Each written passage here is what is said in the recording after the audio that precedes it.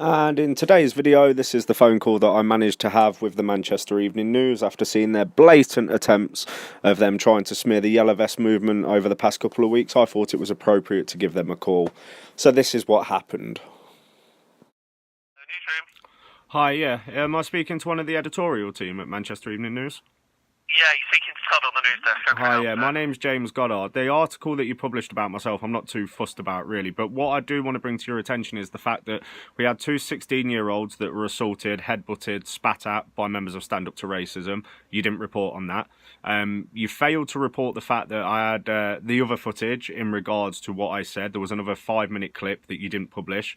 And also the leader of Stand Up to Racism that was in Manchester is actually a woman that supports Hamas. Now, she's a school teacher and she supports a proscribed terrorist organisation. I just want to know why you failed to report the news in an impartial manner and why you're trying to discredit the Yellow Vest movement and why you're trying to portray us as violent, as threatening, when you know full well that that's not the case. With respect, James, we've not portrayed anyone as anything.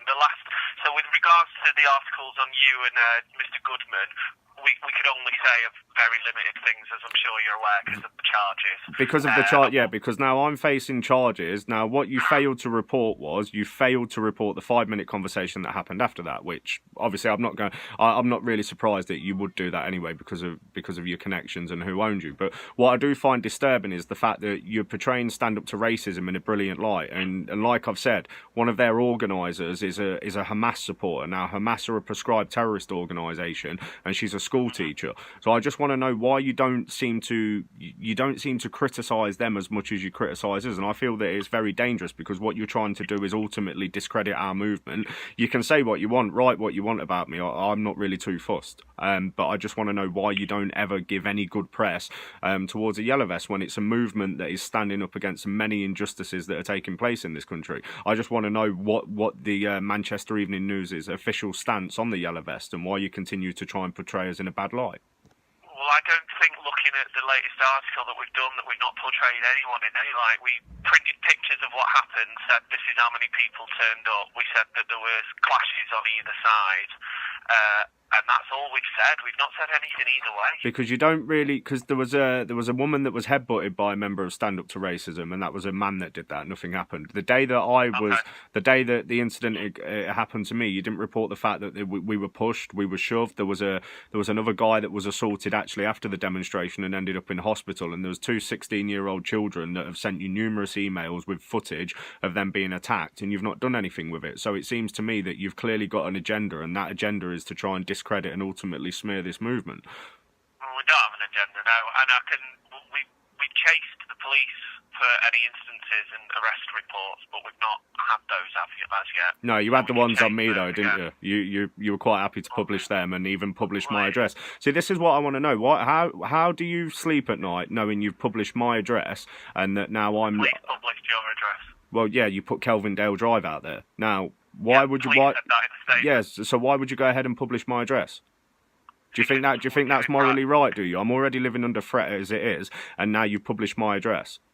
We publish everyone who's going to go in court. We publish all their addresses regardless. But you think that's acceptable, do you? So now, ultimately, I'm also living in fear now because of what you're trying to do. We know full well what the mainstream media are trying to do in this country. If you've got genuine complaints, I have, yeah. I want to know why. I want to know why. You need to contact Greater Manchester Police then, because you'll find that they published. Yeah, I know they published it as well, but you went ahead and put it out there as well, which you didn't need to do. Now we know what you're trying to do, and I'm just telling you now, it will not work. Try and turn as many people against me as possible. It will not work. We will continue to expose you people for what you are. You're in bed with the political class, and you seek to try and divide our communities. So we know what side you're on, and hopefully one day you'll actually report on Stand Up to Racism for what they actually are. Because, like I said, one of their leaders is a woman that supports Hamas. Hamas, the same terrorist organisation that want to see the destruction of the West and ultimately want to see a genocide against the Jewish race. But you won't report on that, will you? Okay. Well, what immediate can we do to address your concerns. You won't be able to do anything because it's too late. Like I said, I'm not fussed about what happens to me. I just want you to report on the Yellow Vest in an accurate light. I want you to report the truth about Stand Up to Racism, how they're violent and how they're seeking to divide people and how they lie to people. You know, they're telling people that 100 mosques were attacked with petrol bombs when that wasn't the case. They're going around spreading lies about every single person in this country that has got genuine concerns for the way this country is going. So yeah, I'm going to leave it at that because we're not going to get anywhere because obviously we've got a difference of opinions. But okay, well, let's cover the event on Sunday and see if you're happy with that. Okay, bye. So, as you saw, the Manchester Evening News have no interest whatsoever in reporting impartial news.